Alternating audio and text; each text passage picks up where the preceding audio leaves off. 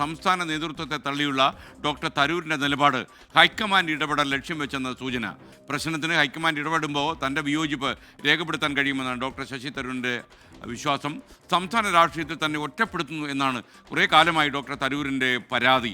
പല ആളുകളും ഡോക്ടർ തരൂരിനെ മുഖ്യധാരയിൽ കൊണ്ടുവരാൻ ശ്രമിക്കുന്നില്ല എന്ന് മാത്രമല്ല, അദ്ദേഹവുമായി കഴിഞ്ഞ തെരഞ്ഞെടുപ്പ് കാലത്ത് തന്നെ പ്രവർത്തനത്തിന് തന്നെ പല നേതാക്കന്മാരെയും കണ്ടില്ല എന്നുള്ള പരാതിയൊക്കെ അദ്ദേഹത്തിനുണ്ട്. അതേസമയം ഡോക്ടർ തരൂരിനെതിരെ പാർട്ടിക്കുള്ളിൽ എതിർപ്പ് പുകയുന്നു എന്നാണ് നമ്മൾ മനസ്സിലാക്കുന്നത്.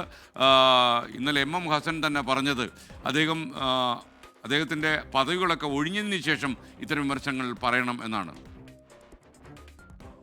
വ്യവസായ വകുപ്പിനെ പുകഴ്ത്തിയുള്ള ശശി തരൂരിന്റെ ലേഖനം അബദ്ധവശാൽ സംഭവിച്ചതല്ലെന്നാണ് സൂചന. സംസ്ഥാനത്ത് വിവാദമുണ്ടാവുകയും അതുവഴി ഹൈക്കമാൻഡിന്റെ ശ്രദ്ധ ഇവിടേക്ക് എത്തിക്കുകയുമാണ് തരൂർ ലക്ഷ്യമിട്ടത്. കോൺഗ്രസ് പ്രവർത്തക സമിതി അംഗമായ തന്നെ സംസ്ഥാന നേതാക്കൾ പരിഗണിക്കുന്നില്ല എന്നതാണ് തരൂരിന്റെ പരാതി. പ്രോട്ടോകോൾ പ്രകാരം AK ആന്റണിക്ക് ശേഷം സംസ്ഥാനത്ത് പരിഗണിക്കേണ്ടത് തന്നെയാണെന്നാണ് ശശി തരൂരിന്റെ നിലപാട്. അതുണ്ടാവുന്നില്ല എന്ന് മാത്രമല്ല, പാർട്ടി വേദികളിൽ പോലും തരൂരിന് അവസരം ലഭിക്കുന്നില്ല.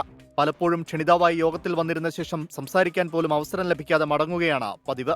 രമേശ് ചെന്നിത്തലയ്ക്കും കൊടിക്കുന്നിൽ സുരേഷിനും സംസാരിക്കാൻ അവസരം ലഭിക്കുന്നിടത്ത് എന്തുകൊണ്ട് തനിക്ക് ലഭിക്കുന്നില്ല എന്നതാണ് തരൂർ ഉയർത്തുന്ന പ്രധാന ചോദ്യം.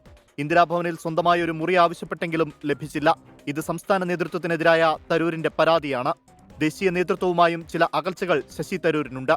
രാഹുൽ ഗാന്ധിയുമായി കൂടിയാലോചനയ്ക്ക് സമയം ചോദിച്ചിട്ട് പോലും ലഭിച്ചില്ല. ഇക്കാര്യങ്ങളെല്ലാം ഹൈക്കമാൻഡിന്റെ ശ്രദ്ധയിൽപ്പെടുത്തുക എന്നതാണ് തരൂരിന്റെ ലക്ഷ്യം.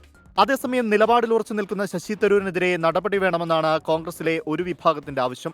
അടുത്ത തെരഞ്ഞെടുപ്പ് പ്രചാരണത്തിൽ LDFന്റെ പ്രധാന പ്രചാരണായുധം ശശി തരൂരിന്റെ ഈ വാക്കുകളാവുമെന്നതാണ് കോൺഗ്രസിനുള്ളിലെ വിലയിരുത്തൽ. തരൂരിന്റെ നിലപാടിൽ മുസ്ലിം ലീഗിലും കടുത്ത അതൃപ്തിയുണ്ട്. 24 തിരുവനന്തപുരം.